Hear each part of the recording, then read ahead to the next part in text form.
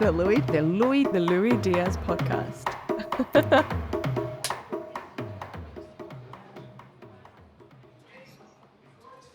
How are you, man?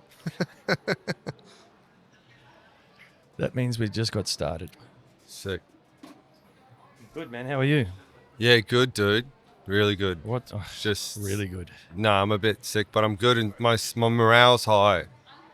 Is it? Yeah, it's like, when you sort of get that level of tired where you feel like you're almost tripping. Yeah. It's a little bit like that. So I'm That having never a feels religious experience. Yeah, that never. I never like being like that. When I'm tired like that, I just want everyone to fuck off and leave me alone. And I will tell people sometimes. Wow, that's beautiful.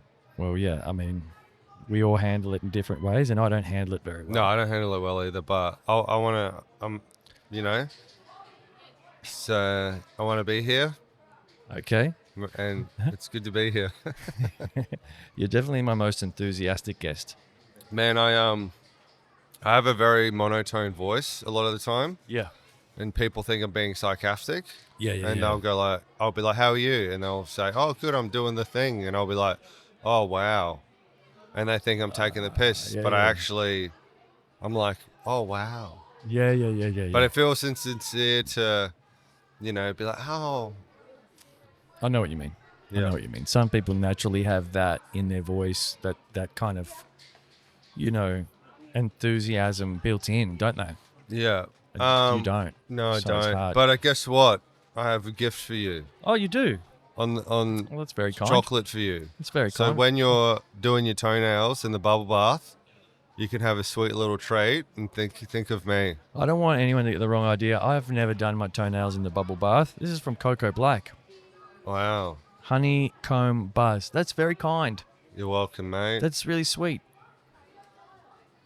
When I ask guests to bring food, I usually mean like bring a snack we can share and shit while we talk. Oh. So this I thought it was Easter, like. Yeah. So I'm going to break this open.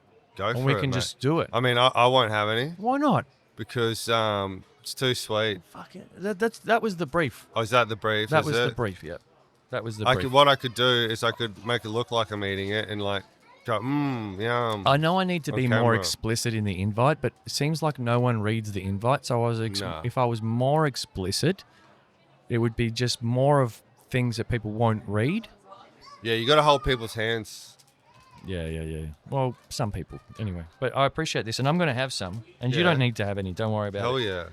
Because My food is watching you eat that. I don't know how to open this. Yeah, Because I've tried to tear it, but it's kind of just broken. Oh no. Anyway, you have a go.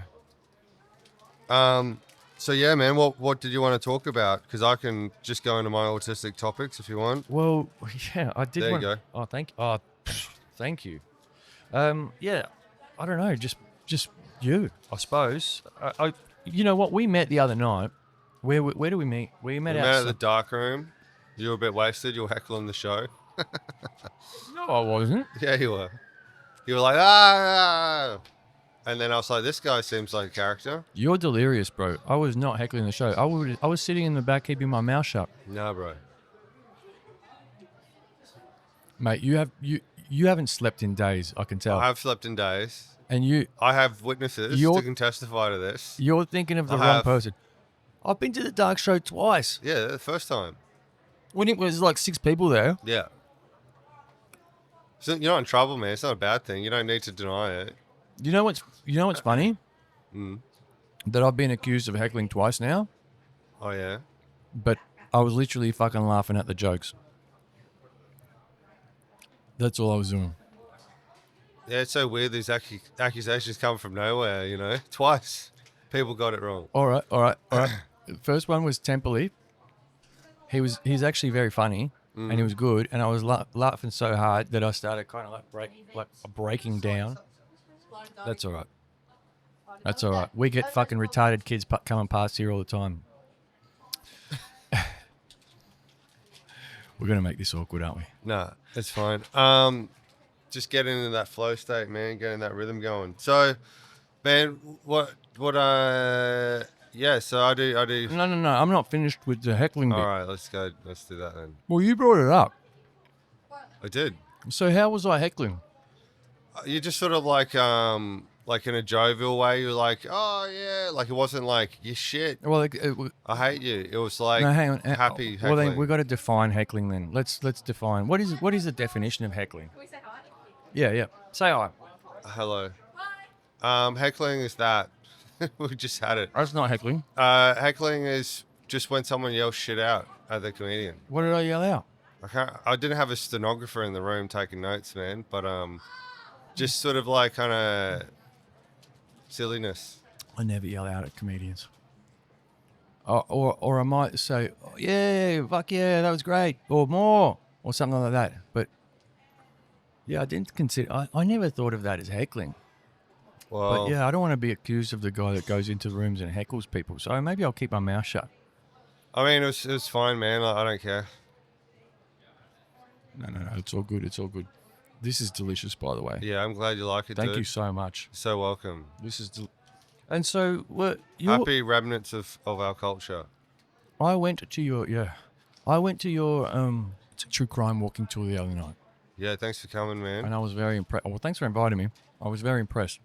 Oh, I'm glad you liked it, dude. I was impressed with how many people were there, like doing the walking tour.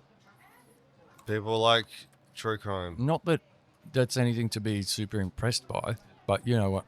Like I'm sure that you're used to having big crowds there, but it's just such a unique thing. You know, when I think of the comedy festival, I think of people sitting in a room Yeah. and experiencing comedy, sitting down and just watching, not sort of walking through a city and hearing stories. Yeah. So I just loved the uniqueness, I suppose, of the idea. Yeah, cheers, bro. Yeah, I kind of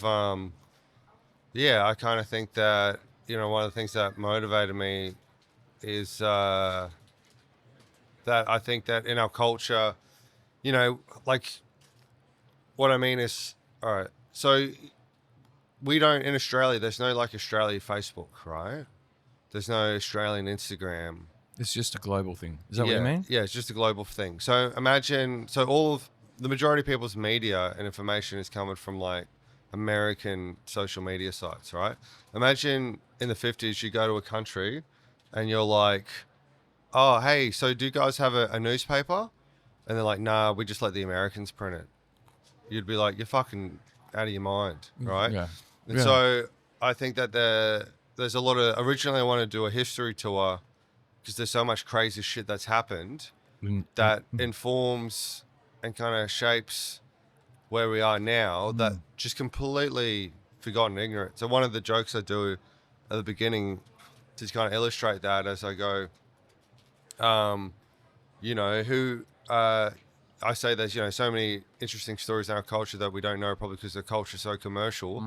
Hands up here if you knew about the police strike in 1923, and like no one puts their hand up. And then I say, hands up if you've heard that the burgers are better at Hungry Jack's, and everyone puts up their hand, right? So it's sort of like in ancient times, people dance around a fire. Even though they're not. They're not even... It's subjective, I guess. Even if it was the best, that would sort of be trivial information that live rent-free in your head. Exactly, right? exactly. But they're not. And people know that. Sorry to interrupt, but I was like, oh, yeah. But there's just the power of just branding and shit, man, Information. Just like, I think it's like even some corporations, they'll market at kids knowing that if we can get these kids to like it, when they're all adults, it'll be stuck in their brain. So fucked. Like one joke I do in Queensland, I think maybe works in Victoria, but I say to the audience, like, oh, do you ever wonder how much brain damage ads do to your brain? And like I can't remember my granddad's face, but I can still remember the theme song for Carpet Call. And then I go, cool, carpet call. The And then I experts in the hold the mic to the audience trade. and they all say it. And it's like, they know it better than the national anthem. carpet. And it's carpet call. Do you know what I mean? Like if our civilization collapsed and your kids were like, oh, what was the before time like? You'd just be like, oh, Bunnings. The experts in the trade. Lubemobile. Leave it, Sonny, leave it. Yes. See? Retarded. I told you. Yeah. We we should be allowed to belt them. No. I'm joking. So, Gen fucking whatever they are, Z's don't need to be belted. They'd get scared at way less shit than that. You know what I mean? like if you don't validate, you just look at them. Yeah, if you don't validate them, yeah. you just go, I If you, don't see you, Greg. like the kids that were like the Gen X's that were born in like the 70s or whatever they are, used to have to belt them. But the Gen Z's, you just need to tell them that, you know, their mum doesn't love them, or they're adopted, and you've just ruined their lives. Well, you know what's interesting, man, is you know, back in the day where they used to belt kids and stuff, like that was too extreme, right?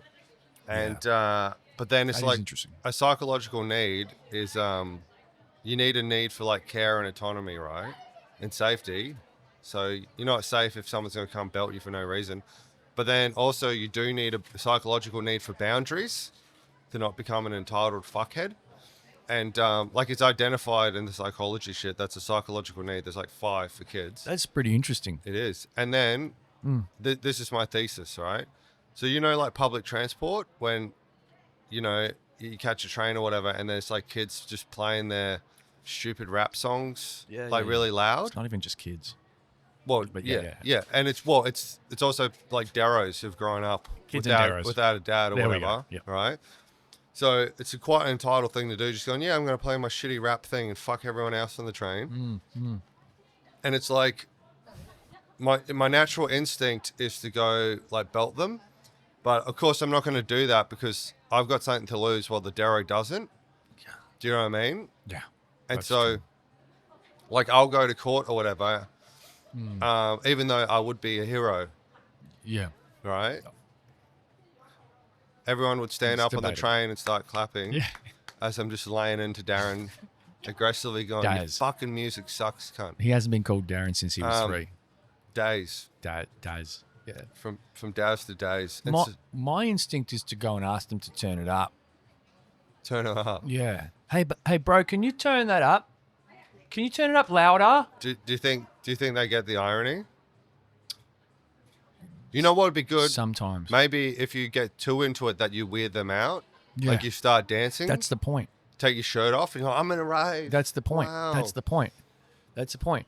Can you turn it up? Fucking love this song. Oh my God. You just do weird shit like that, right? You even make it a bit camp. Yeah. Make it a bit camp. Exactly. Right. That's Start rubbing your threatening. nipples to it, right? Like this. Make it weird sounds. And then watch that fucking Darrow Daz turn that shit off or walk into the next carriage. Right. You know what I mean? Then you get the applause from the people in the crowd because there wasn't any violence, but the guy fucked off. You know what I mean? And I reckon Right. you could pull nipple tweaking, campness off if you wanted to, and you wouldn't have to throw a punch. And the best thing is you wouldn't end up in court. This is true. But It's just a theory. yeah, because the thing I've been thinking about, man, is apparently when they hunt, like in elephant society, they shoot the big males with the big tusks, right, for poaching, for the ivory, and that means that these younger male elephants grow up in elephant society without like a dad, Yeah. and so right. those males that grow up without someone bigger and stronger than them, they quickly get stronger than the females, and they just go mental, and they'll just run around like psychopathically, like stomping things and terrorizing things, like for no reason, right? So the majority That's of people, interesting. the majority of offenders in prison didn't have grew up in households without dads, Yeah. so they didn't have the boundaries. So Yep. the kids playing music in the train, there's no bigger elephant with tusks. Yeah. Or how about this one? Because I like this point. How about growing up in a household with a dad that isn't allowed to set boundaries because society's like, oh no, that's too violent, or you're raising your voice, or like dad can't smack, or mum or dad can't smack you in the supermarket anymore. All right, that's done. They can't yell at you either to raise your voice. to Well, tell you my to shut the dad fuck did up. what you suggested in the train carriage. He would just rub his nipples, and that That really put explains me a in line. That really put me in That line. explains a lot. Yeah.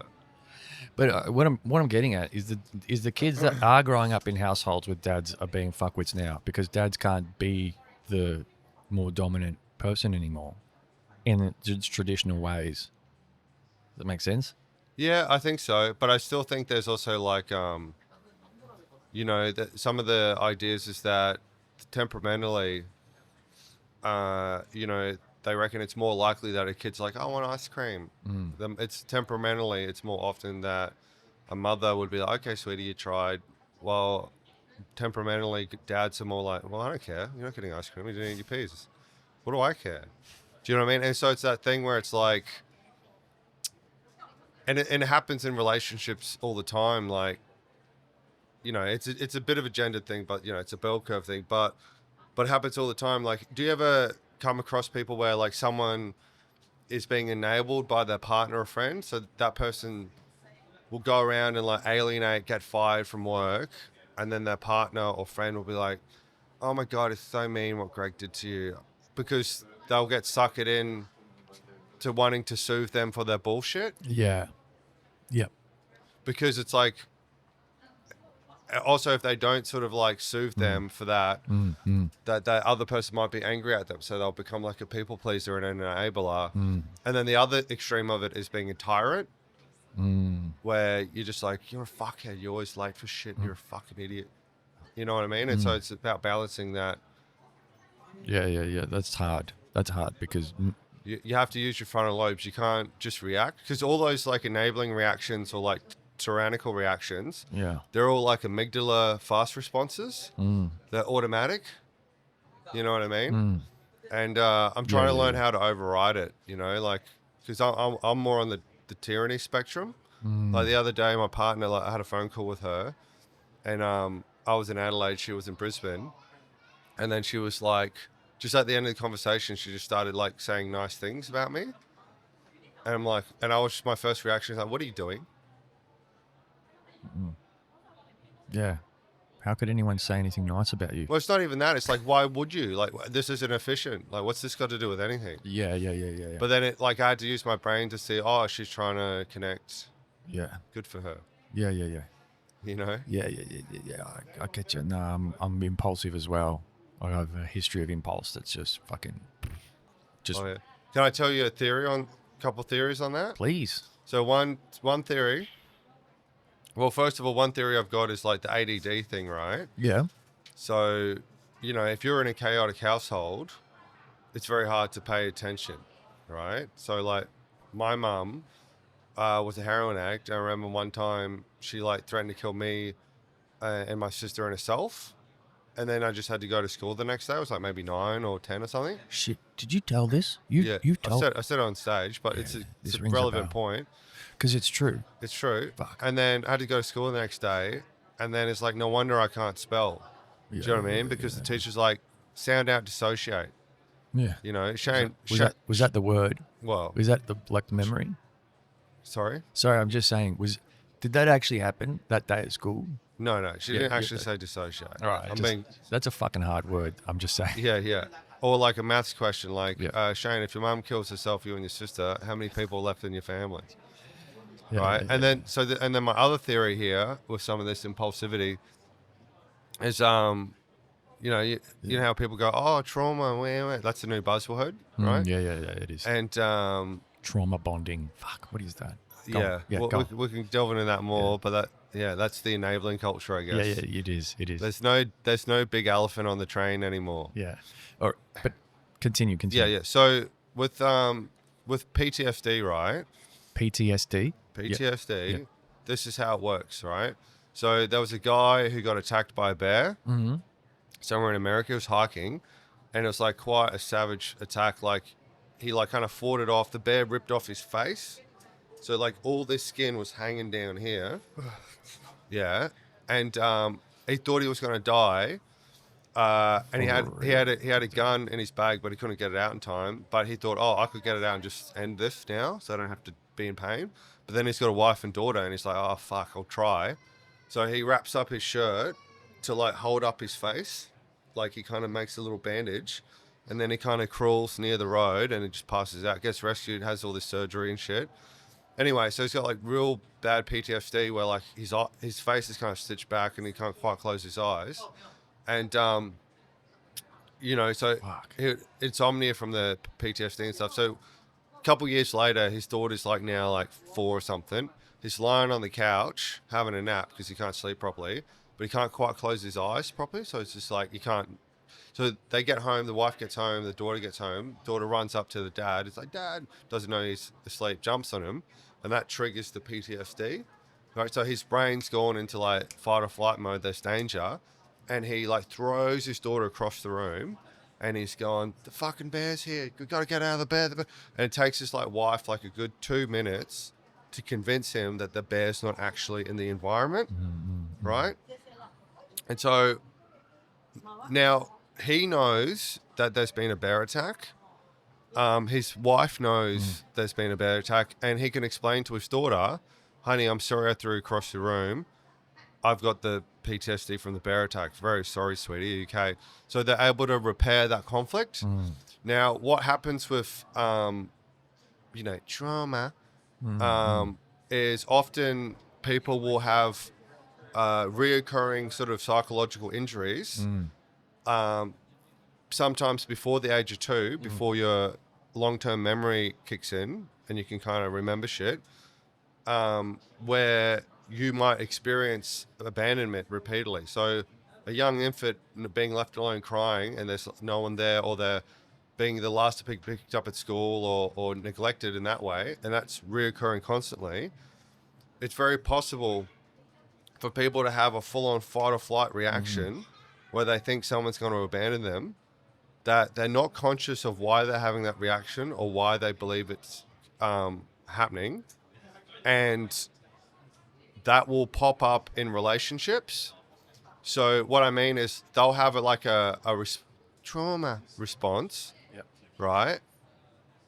And they'll have a conflict and a drama, and they'll be reacting to this unconscious abandonment thing, and they'll be trying to fucking, be too clingy, or they'll push them away to test that if they're going to stay, and do all this kind of stuff that's unconscious.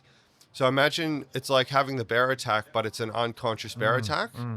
And so when you act out, so imagine that same scenario at home where he doesn't have the narrative of the bear attack to explain why he did that to his daughter. So imagine he was like, why did you jump on me like that? What the fuck is wrong with you guys? You don't understand me. You don't care about me. That would end up having a divorce, right? It would rupture and destroy the relationship. So you can see how that explains things like trauma, right? And so abandonment's like one. There's a thing called schema therapy where they've identified 18 very common different schemas that develop around these different needs not being met. So one thing that is very common that I've got is a thing called Unrelenting Standards. Have you ever heard of that? Yes.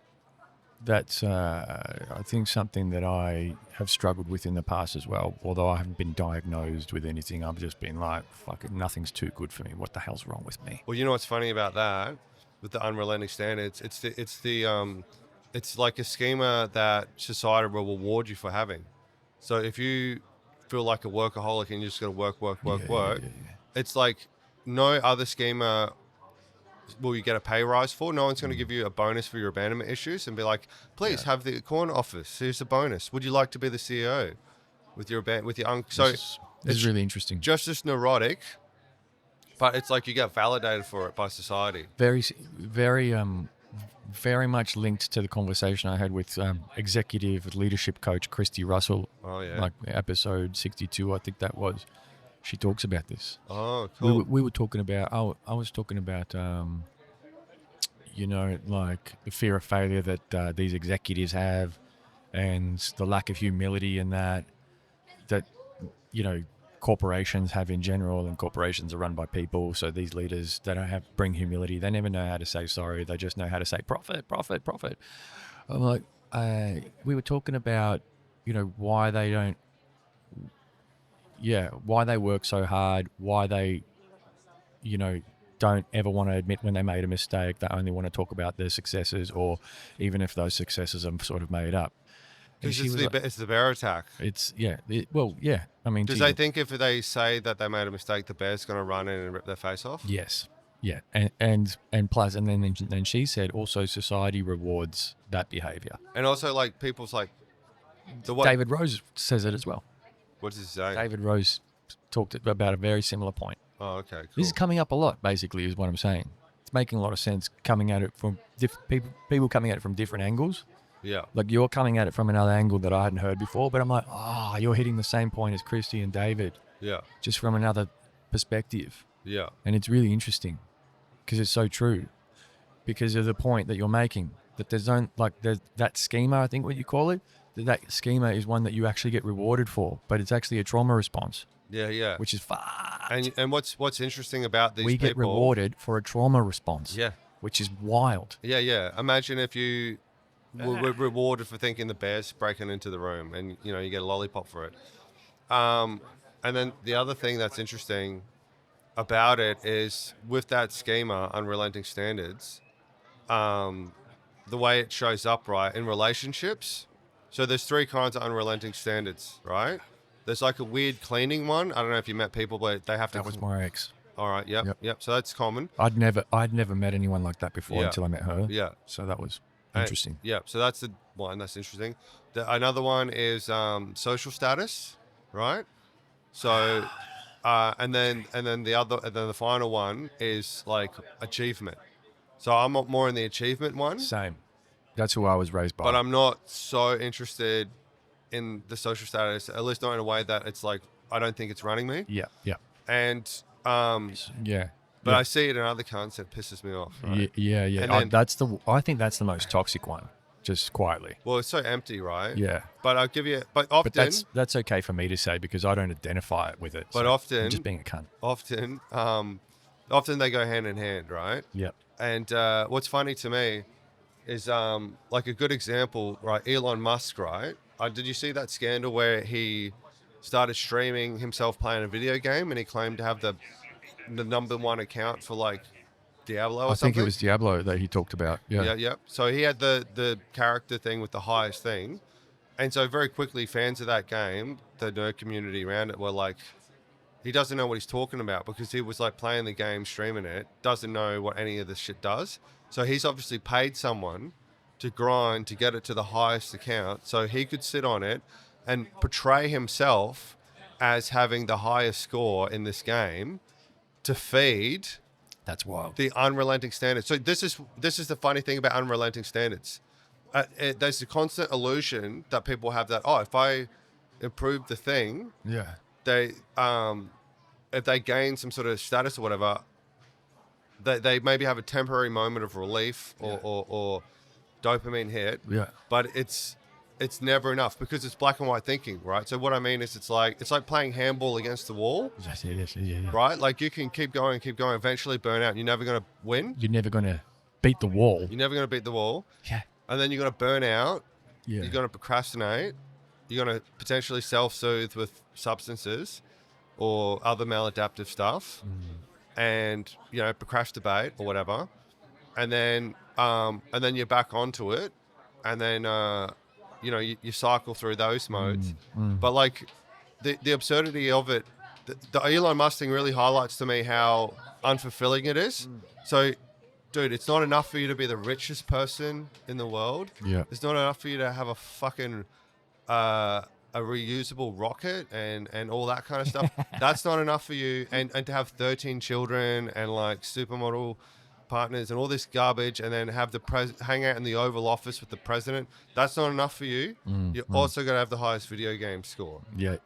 You fucking maniac. Yeah, which is why. And that's a pathology, right? Because if you see interviews of his dad would have been one of these cunts who's like, it's unacceptable if you're not. So he's constantly trying to get daddy's love. Yeah. But he's internalized it. And so what ends up happening, It's not. Yeah. what ends up happening is it's like that black and white thinking, they constantly feel like they're never winning because you've got perfection here and you're never actually going to score a win against the handball. It's a carrot that's dangled in front of Forever, you, yeah. but also attached to your head via a rope and stick. Through trauma. So it doesn't matter how quick you run, the motherfuckers. You'll run at always it, you'll there. run at it. You maybe get to like lick the tip of it once. If it. And then they'll break down crying.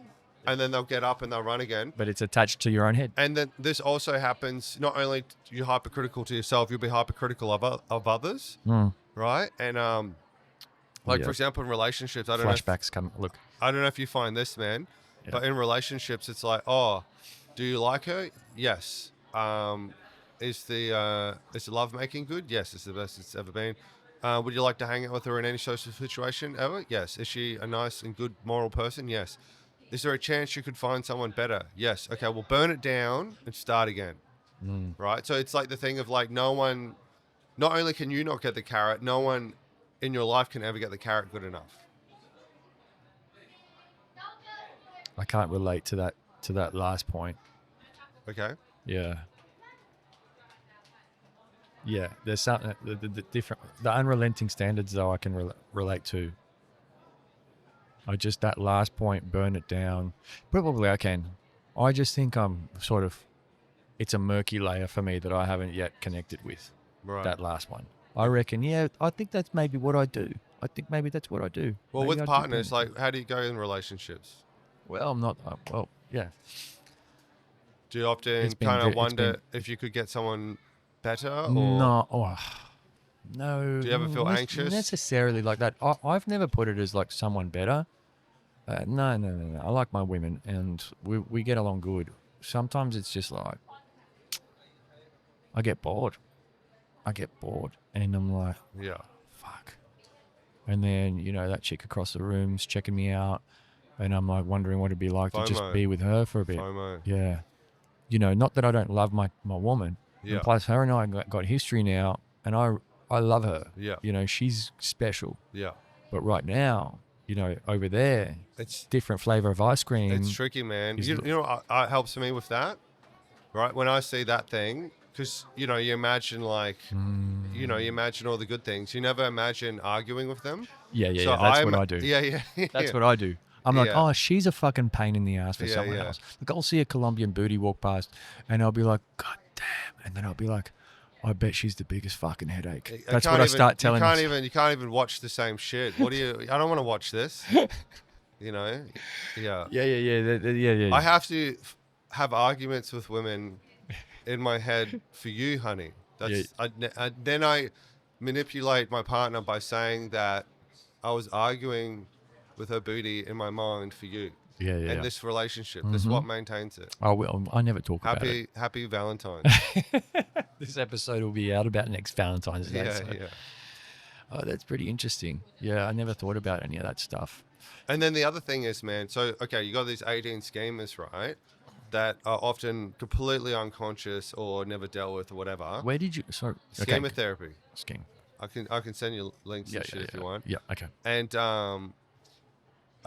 basically, I went through, like, a relationship crisis thing or whatever, and I was like, you know what, fuck this. I'm going to read all the different modalities of psychotherapy, because what I realized was, therapy and shit is that it's like getting a haircut. Like, if you don't know what you're asking for, if you don't understand it, they can't fucking help you. So I was like, well, I'm going to read all the different shit. Yes. That way, when I go to it, I kind of know I can get more out of it. Because with a lot of psychotherapy, it's sort of like, I'll give you an example of like some of the limitations, right? So I had a friend who would often idealize people for like 2 weeks, and then obviously people aren't their ideal thing, and then she would devalue them, and then I would be like, oh, you're still seeing Greg? And no, this is Gary now. It's like, you're saying the same shit about Gary as you said about Greg too. And Yeah. anyway, I know that kind of person. yeah, so that's a common thing, idealizing, right? Yeah. And I told her, and then she eventually brought up to a therapist that she'd been seeing for 2 years. And then when she said it to the therapist was like, oh, I can see that. And then I'm like, why didn't you, if you can see it, why don't you fucking tell her? Yeah. Like, well, Imagine you go to a heart doctor and you're like there for 2 years and you're like, I think I've been having heart attacks. And the doctor's like, I can see that. yeah, that makes sense. Yeah. Yeah, you had all the symptoms this whole time. You know what it is? I don't know what it is about psychologists / therapists, right?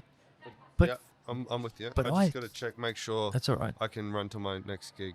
But I think the same thing about them.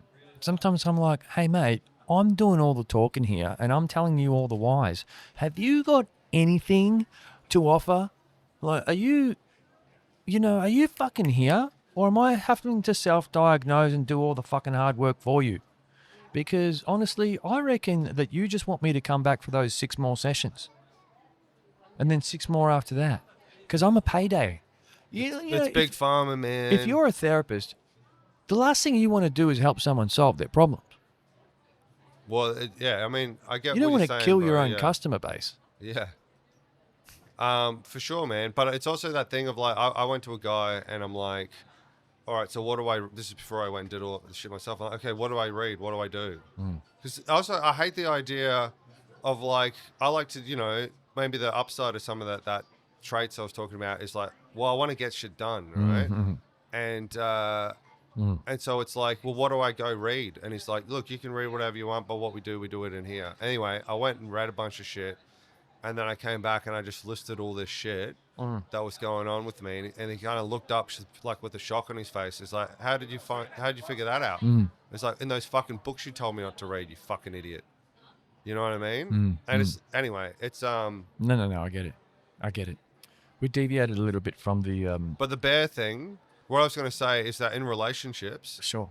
you've got someone might have 3 different type of bear attacks. Yep. And then someone else has a completely different Bear set of bear attack. attacks. Yep. So someone could have, say, unrelenting standards, a self-sacrifice schema, or an abandonment schema, and they go hook up with someone who's got a failure schema, someone who's got like a mistrust schema or whatever, and they have different bear attacks that they're completely unconscious of, and then they're running around reacting in the bear attack like dance, But the thing is, we also have a need for connection, and so the thing that's hurt us is other people we tried to connect to in the past. So it's like you have a need to connect to the bear, like you actually want to spoon the bear that attacked you, and then you're like, why is this triggering for me? Yeah. Going through that at the moment. Because you got how so? Oh, Do you want to open up? I just started seeing someone that's, I'm finding it hard to connect with. Is it that for Latin different chick? reasons. That's a pain in the ass? No, actually, she is a pain in the ass if she's listening. But yeah, she's got a boyfriend, so nothing's ever going to happen. So wait, are you seeing a girl who has a boyfriend? No. What? I'm not seeing the girl that has the boyfriend, Oh. but she is a pain in the ass. Okay. She started it, not me. All right. But that's beside the point. All right, what you're talking about is the trauma stuff. And just while you were talking just then, it reminded me of something else. So all the stuff you just said, plus, right, the need to connect thing. So let's meet at the need to connect thing. Have you ever heard about the 5 love languages? Yep. Yes. Have you read that book by any chance? No, I haven't, but I've heard commentaries on it. Yes. Okay. A lot of people have heard commentaries. I've read the book, and basically, if you've got the commentary, you basically get the gist anyway, right? And so there's all this trauma stuff that you were talking about, which, stops us from being makes it challenging for us to be able to connect to people. And then there's the positive stuff, which is our love languages, which also makes it hard to connect to people. So, in a very similar way to what you're talking, let's just say that I have, and by the way, this is how the love languages work. There's 5 of them, and they all work in a hierarchy. So you have the ability to give and receive love in all 5 love languages, but your 5 is in a different potentially hierarchy to mine. Now I always miss one, so let's see if I can get them. Words of affirmation, acts of service, physical touch, gifts, and quality time. Right? So if you think about your love languages, for me, for example, quality time is number 1, and maybe personal touch number 2, for example. And then it'll be like gifts, acts of service, and the other one. But when I was growing up, my mum, as a single mum, she raised us boys to give. So you had no elephant? No, we had no elephant, which is why I'm doing a podcast in a laneway. To give love, to give love as acts of service. So for her, us being good boys was acts of service for her. Right. So I learned how to give acts of service as my number 1. So I'm naturally wired to do acts of service. If I meet a chick, right, and I'm doing acts of service and she don't get it, and this whole time in her mind she's like, I wish he would just buy me like flowers. I'm completely like, it's going to make it hard to really connect to this person. Like if I buy that person flowers, just let's say it's one of those flower giving holidays. Let's just say we've been seeing each other 2 months. It's finally Valentine's Day and everyone's got carrying roses down the street. You buy one for $10. And I do this and I give it to this person. And her number one love language is receiving gifts. She's like, oh my God, you're the hero. I never thought I wanted or whatever. You know what I mean? And suddenly you're just like, oh wow, I've been doing all of these things for you this whole time and I just buy you one flower and now you like me. You know, so not knowing what your partner's love language hierarchy is, at least the top two, can really make it hard for you to connect to that person. I didn't realize this until I read the book. I read the book and I was like, my freaking God, this makes so much sense. And then I started using it at work. I started just not like my romantic connections only. I was sort of going around and making, like with my boss, for example, I was sort of starting to do little experiments where I was like, oh, if I do this for him, I wonder how he'll react versus if I bring in his favorite bread from that bakery. So then I was doing little experiments on people where I was like, yep. Okay, so gifts is definitely better than acts of service. Right. But there's one thing that you can't try. Touch. You can't Exactly. touch your boss. Exactly. Well, look, how do you know that that's not his favorite one? Have you ever tried touching your boss? Have you ever gone up to him and hey, Steve? And then just see how he goes on the shoulder. If he likes that, maybe the next day you could come and like put it just here, like a little bit on his neck. So risky, bro. Come And then on, just- bro. No, just Dapes. Don't just- listen to this just, guy. Just do a little bit of this. Like go up to him and go, hey, Steve. Oh, you have a bit of something in your... You have a bit of hair there, and I'll just brush it out of your eyes. Yeah. Okay, I'll try that. Don't try that. Don't do that. Take him. Maybe you could go, hey, let's have a meeting. There's four Steve, have you ever thought about having a meeting on a moonlit night on the beach? naked. Do you want to? Oh, I feel like I can think better if I Yeah. go skinny dipping. Yeah. So yeah, like well, there's if 4 other you- love languages that you can try on your boss, people. Don't try that one, please. I mean, what I suggest, try the other 4 love languages first and rule What them about out. hate languages? What's your hate language? Because maybe you could experiment. Like if you really hate someone, What is a hate language? acts of denial, Bullying, gaslighting. hurting, hitting. Yeah, smacking. That's definitely my hate language. So what are the love sure. languages? They just invert them. So quality time, so neglect. Neglect. Gives. Violence would be physical touch. Yep. Gifts would be Stealing your shit. deprivation or depriving. Okay. Stealing. Yep. Stealing. Yep. That would be hate language. You've stolen from me. Yeah. You stole a rose from me. What are the other ones? The hate languages is fucked. Yeah, we should do a talk on hate languages. We're doing one right now. Well, great. All right. The other one was acts of service. Yeah, we've done that one. So that would be neglect, I guess. No, So that you're was not doing anything for them. yeah. Neglecting them? Okay. The physical touch, that was violence. Gifts, that's stealing. Quality time, Neglect, neglect, and one more. and words of affirmation. Abuse. So stealing, neglect, violence, abuse, and no, it's great. I can honestly Almost sounds like the foundation of some sort of new age religion. Yeah, so mum's love languages were, sorry mum, definitely acts of service and words of But affirmation. this is the other thing that happens. Sorry, can I just this is part of the mum thing. So the other thing is like sometimes our caregivers were mauled by bears, right? As child, so our caregivers will have their love languages like touch or whatever, but they're also crazy, and so occasionally they'll slip in a hate language. So they'll be like touching and like you're good, and then occasionally you're a fucking dog rat, cunt. and so what happens to the child's nervous system? Like what? They eventually get wired that their love languages and their positive connection circuits get wired to adapt to the hate languages, and so eventually you get addicted to neglect. Do you know what I mean? Oh yeah. You see chicks like that all the time out there. It's all the time. Yeah. Yeah. I'm with this guy, but I never see him. So why are you with? Why are you Because with she's him? trying to like win. Apparently, there's a theory in Yeah. some of the older traditions. There's a thing called repetition compulsion or something like that. Well, basically, it's an idea that you're trying to re-experience things that were traumatic to kind of overcome that by being in the same environment and winning this time. So Okay. it would be like going back into the forest and like you beat the bear Which and it is doesn't hurt you. Or whatever. correlated to exposure therapy. Yes. Yeah. So it's like people are unconsciously trying to do exposure therapy themselves. So it's not actually about Greg, it's about her dad. And she's trying to get Greg to be the dad experience. But when Greg turns around and Greg goes, actually, I'm here for you now, she's like, ew. Yeah. And then because it's no longer the dad, the carrot. can't get projected onto Greg I anymore. got the carrot. I started eating it. Tastes like, nah, don't want it. Yeah.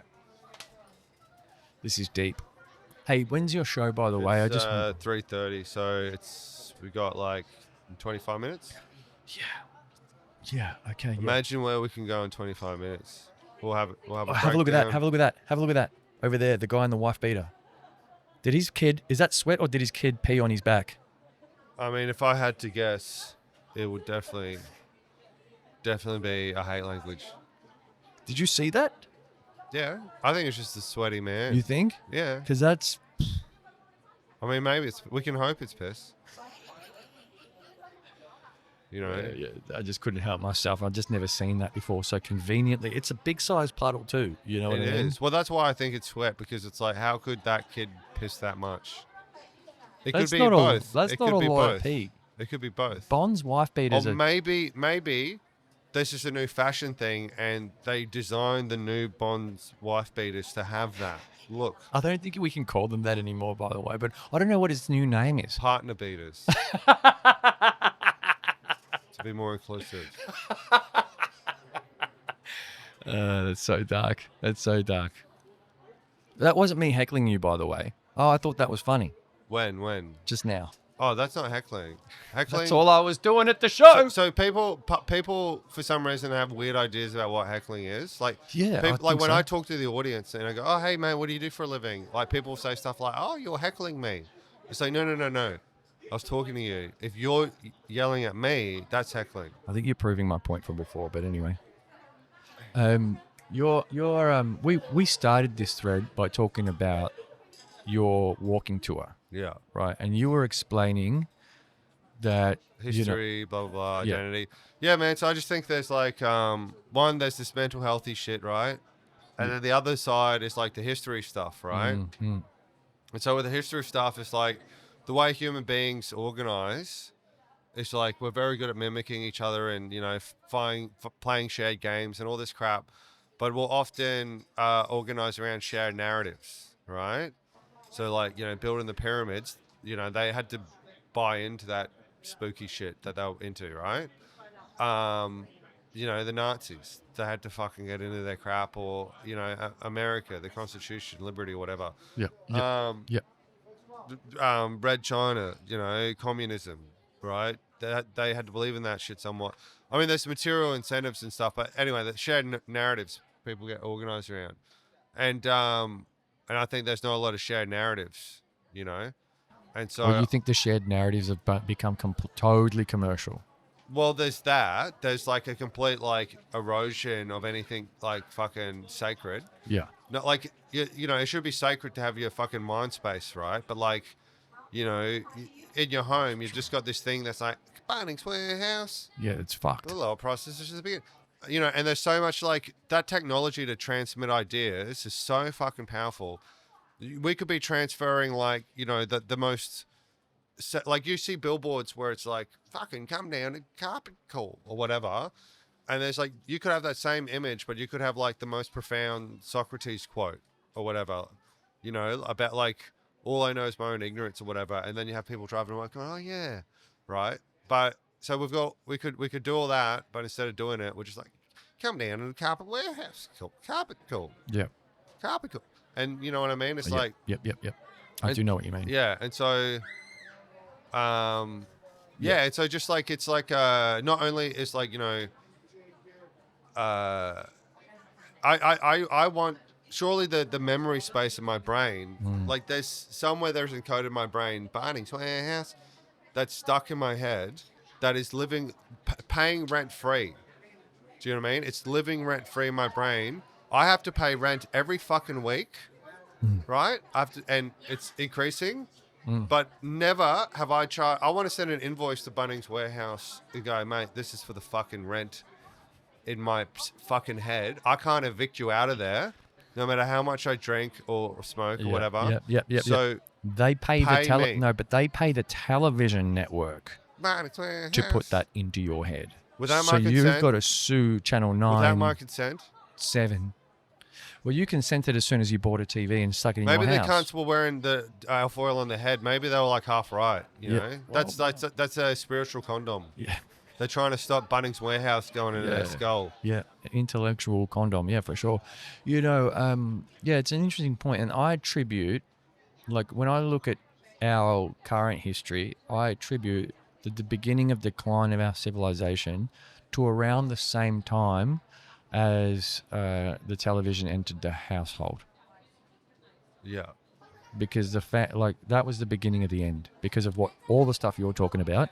I Bunnings mean, Warehouse. look, the Nazis were like chucking cunts in gas chambers before then, and the Mongolians were, raping people in the middle of the town square, whatever, without the TV. So, but I would say that Different at least civilization. I guess I'm with you. Yeah. I'm just being fucking precious. Yeah. We have to be accurate. But then, most importantly for what started happening to the family unit. Pedantic is the word I was looking for. Tell me about the family unit. There's no fucking. No, I can tell you about the family. Would you? I'll tell you my ideas. Yeah, go ahead. So obviously we lived in a tribal unit, right? That's what we evolved for, and then we went into this like nuclear family unit. So the fantasy 1950s thing of like two dads, so, mum, Two dad, parents, mum, dad, and 3 kids. and 3 kids, 4 kids, whatever. Yeah. And then on farm, so there's more agriculture. So more kids you have would be like Bigger more free land, labor and stuff, right? Rather than a massive expense, right? Now kids are like a luxury item, and then somewhere in the 80s and 90s or whatever, it went to like single parent household, more and more common. And now my generation, it's like a 1 woman 3 cat household, or it is a 1 man 2 gaming console household, right? 2 PS5s. As coming from a 2 console household, Yes. I think my vote should count, right? I agree. So, and also the other thing is like, if people don't own shit, they're not going to be invested in anything, right? Like, if I own shit, I would make a garden and I'd care about it. But like, things are becoming more and more like renting.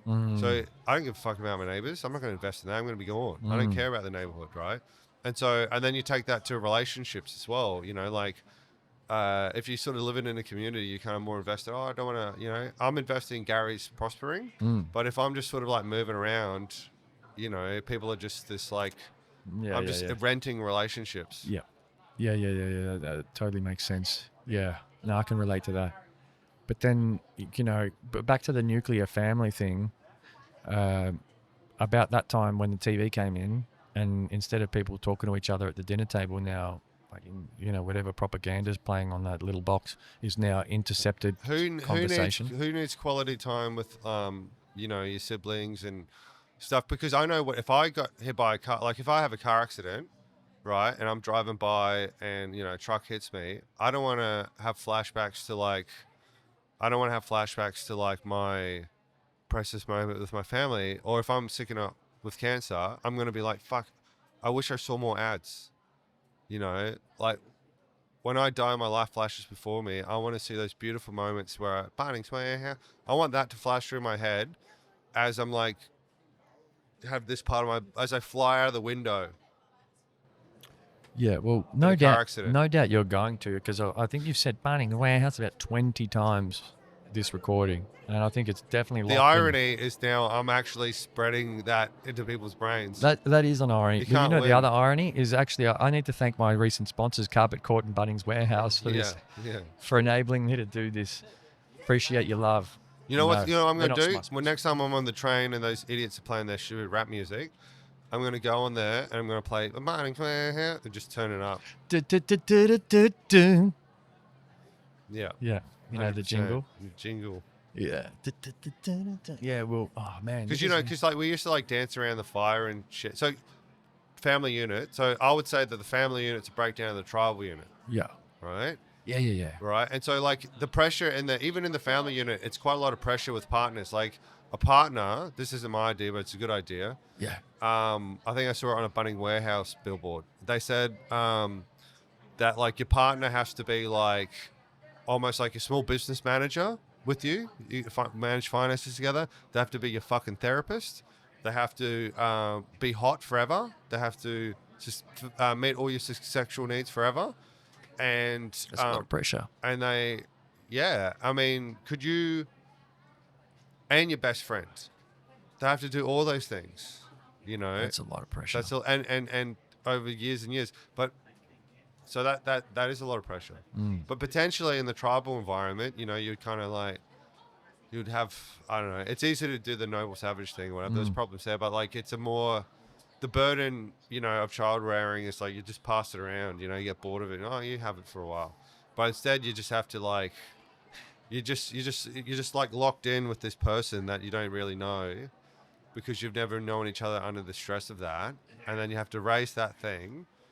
Yeah, and you fuck it up. And then you get tired and you fuck it up and then Yeah. And they grow up. yeah, and they grow up going, there's no elephant in my Exactly. train. Did you have an elephant? Yeah, my elephant had his tusks were underutilized. He had a tyrannical. My dad grew up with like a World War II refugees that didn't speak a language. They had like 11 kids in abject poverty. So my dad and his siblings had copped a lot, and so he never like was abusive or whatever, but he wasn't. He was, you know, dealing with his own sort of avoidance and stuff or whatever. I never felt like he hated me. I never like internalized any of that, which some people do. But he wasn't able to, you know, necessarily manage the, you know, my crazy heroin addict mum or whatever. But Yeah, that's wild. yeah. That's a wild upbringing, bro. Yeah. Yeah, we don't know how lucky we are sometimes till we hear stories like that. I wasn't that bad, but anyway, so yeah, and so that stuff, you know. But anyway, we were talking about the nuclear family unit, the TV, right? So what used to be in the tribal time is people, you know, they'll dance around the fire naked or whatever, and they would, you know, go into all the different kind of spirits and shit they want to do, and I think we should be doing that. Yeah, I mean, we go to raves and like there's raves and parties and stuff people can go to try and get their fix of that. But yeah, It's almost like they're getting like a junk food version of it. You know what I mean? yeah, They're getting the ego dissolution through that rather than trance or self-hypnotism or group hypnotism that you could probably get dancing around a fire or whatever. this has been deep. This has been real deep. I've enjoyed listening to you. This chat has been enlightening. I you know, love hearing the sound of my own voice and being listened to. So thank you. Yeah, That's my love language. yeah, yeah. Fuck. What's your show? So your show. How many more dates have you got on?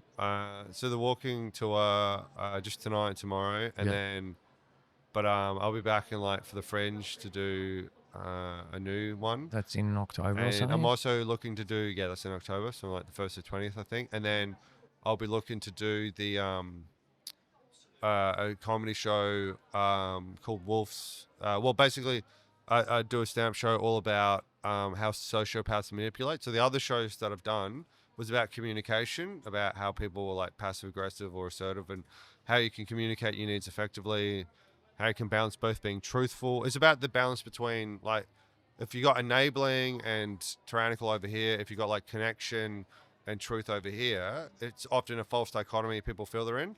And the show was about how you can overcome that and be both truthful and respectful at the same time to overcome the enabling tyrannical dichotomy. Easier said than done, but I did that show with a few mates. And then be doing another show here all about how sociopaths and, you know, people how will manipulate others and how they try to use that kind of emotional intelligence in an offensive way to try to hurt people, and the show will be about how to resist that, which is quite true crime adjacent. So I'll be doing that, and if anyone's interested in that kind of shit, come hang out. Do you think that kind of information potentially might prevent someone from wanting to get into a relationship? I think potentially in superficial form, but I think it would maybe be more about discerning Yeah, being able to discern. between. Yeah. So ultimately, it has a good purpose. There's a good purpose. Oh yeah. So yeah, I'm a bit of a hippie at heart and all that kind But of shit. if it's taken the wrong way, then like someone will be like, oh, this is why I want to be single forever. Yeah, potentially, but they're probably already in that headspace anyway. Yeah, exactly. Yeah, it's in the eye of the beholder for sure. Yeah. Well, yeah, because I've been looking at the time because you said you got a show at 3:30, Yeah, and I'm man. like, well, I don't want to be responsible for All right, cool. fucking, because I'm already in the bad books for heckling the other night, apparently. You're but, not in the bad books. I'm You just interpret it that way, I'm mate. joking. Do I have to take you on a moonlit walk across the beach? Yes, do I have we to do. buy you some bread? Yes, naked. But hey, it's been a lot of fun having you on. I was hoping we'd get more time together, but I know your schedule is hectic. Man, I can do like another 10 minutes. Like, Yeah. I'm not the first act. and Let me just double check. Because I'm only up the road. whereabouts? At the Astral. So many names of places I know, man. that you don't know until you go to the comedy festival and go, where? What? Who? Where, what, who? Yeah, well, it's a good vibe here. It's definitely a good vibe here. I'm glad you made it. So I had Gemma on yesterday, and that was a heap of fun. Oh, yeah. How was that? She would have been a bit of a difference. Oh, you're totally different. You're chalk and cheese, but both very welcome characters. Thanks for having her, man. She's cool. No, thank you for suggesting. It was a She's great like chat. bubbly and fun and Yeah, shit. yeah, it was a great chat. For sure. And thank you for doing this as well. I appreciate you. I think when we met that night, I just sprung it on you, and you were like, yeah, that's kind of what I love about the recent phase of having a bunch of comedians on, is that they just say yes, which is great. Yeah. Most comedians, when I say that to, they're like, oh, because we love the sound of our own voice. But I don't care. Like, whatever it is, like, I just love the fact that you just say yes and you come and you just make it happen. You don't overthink it. You know, like, oh, no. Well, it's kind of the job, you know what I mean? It's like, it's an opportunity to get to learn, as well. Yeah. And do all that kind of stuff. Yeah. For sure. Yeah. Yeah, exactly. Yeah. And no, thanks for coming to my humble little setup. What do you think of the little bat cave here? I think it's cool, man. Yeah. I think it's interesting, and I think it's a cool place to do something like this, because you got all these tourists coming through the street, Yeah. and they're like checking it out, and they're like, oh, what's going on here? Yeah. But I think you should use that more to your advantage, because some people, they might have just like, they're like, oh, we're visiting Australia, it's a holiday, maybe they have one holiday every 2 years if they're lucky. But you could fuck more with them and like do a podcast that says, stories about real drop bear attacks, or like other things that they'll think is an Australian thing, and they'll be like, what? They'll think, oh, this is what Australians do. True drop bear crimes. True drop bear. Drop your bears. Yeah. Burying your drops. Yeah. Yeah, that's true. How do you say drop bear in Chinese? Because if you can figure that out, you'd make a killing. You could make a Wow. career out of that. Wow. Figure it out. You could. I'm sure it's a Google search away. 75% of people that would have walked past us today are Chinese. If you can somehow say drop bear, I mean, if you could find like something in a Chinese language that make people laugh as they walk by, that'd probably be cool. it's true. I had a lady here came past before, and she got real close. She wanted her partner to take a photo of her and I. I was yeah. sitting here, Yeah. and halfway through the photo shoot, I decided to like purse my lips and point them in her direction. Yeah. That made them laugh. Yeah. Nice. They didn't speak any English. I don't speak any Chinese, but we had a moment. Universal. We had a moment. That's beautiful. Wow. No, it was really good. Yeah, and like I said, it's been great having you. And so, what's on your agenda for this year? Just more reading, more understanding, and Fuck. I'm also trying to understand. I'm trying to. So I want to do the communication stuff more, Yeah. do more history crap, and then, you know, all that personal growth crap. And then I'm also like kind of interested in like, I don't know, I guess like trying to understand like this weird geopolitical shit's happening and like Bro. that's wild. And then I guess I'm trying to think about that and how to relate to it in a non, you know, fear-mongering, disempowering way. And Yes. and yeah, I kind of wonder like, would it be possible with like new technology, like with the internet and all that crap, would it be possible to, and you know, people, as soon as you get like more and more people, there's so much more dramas, right? So 49% of what managers do is deal with interpersonal conflict. So as a society, we have to pay someone more than everyone else, where half their job is stopping us from fighting each other and mediating it. That's like, pretty funny. yeah, comprehend that, right? Yeah. Well, So just to that's- get along. That's why I'm interested in all that communication crap, right? Because there's that relationship level, there's that family level, but then there's the organizing society level, right? And it's like, because the way I think about it is, it's like, you know, people think, oh, I'll get richer or own more property, whatever. But imagine if I could go, hey, read this book, and once you read this book, every traffic light you ever go through is going to be green for the rest of your life, and you're going to save all that time. That's what I think learning about interpersonal conflict and communication does. That book exists. Many of them exist, right? But it's not framed in that way, right? And so, This one kind of is.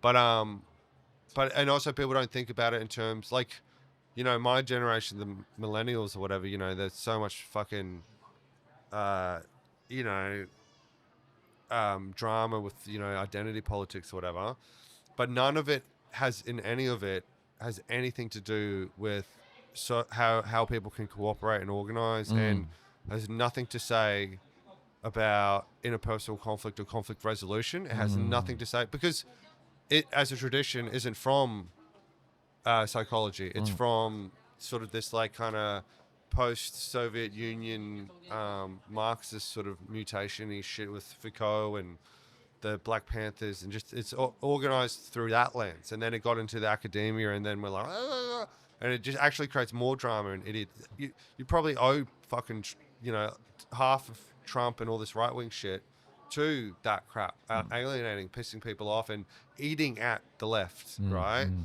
Anyway, blah blah blah.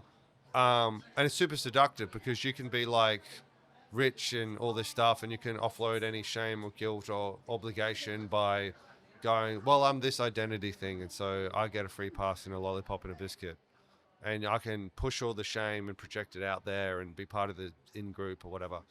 And so like bypasses any like personal growth.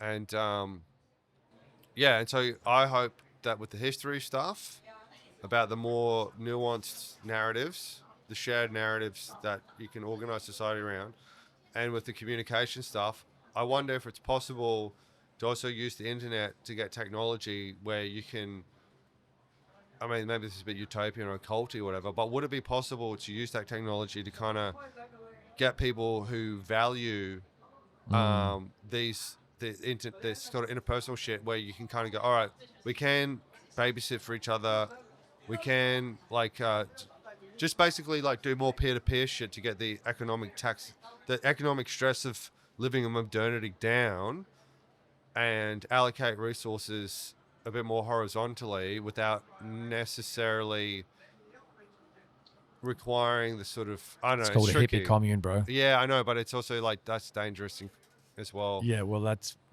called a hippie commune. But I wonder if you can kind of like have some sort of like urbanized version of it through the internet. I don't know. Yeah. Yes. No. I don't think so, bro. I don't think so either, but just stuff I've been daydreaming about. Yeah, I love it. It's yeah, if only. I think that's what everyone always wished could happen, and they've tried all the different methods of trying to make that happen.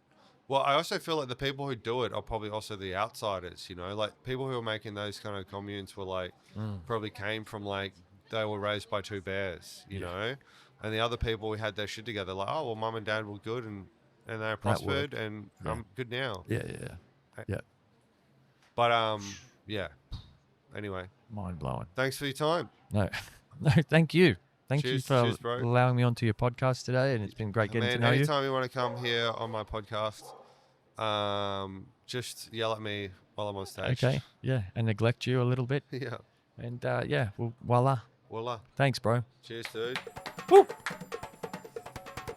I'm gonna clap this one out. Cheers for having us, dude. No, it's been great, man. Thanks a lot.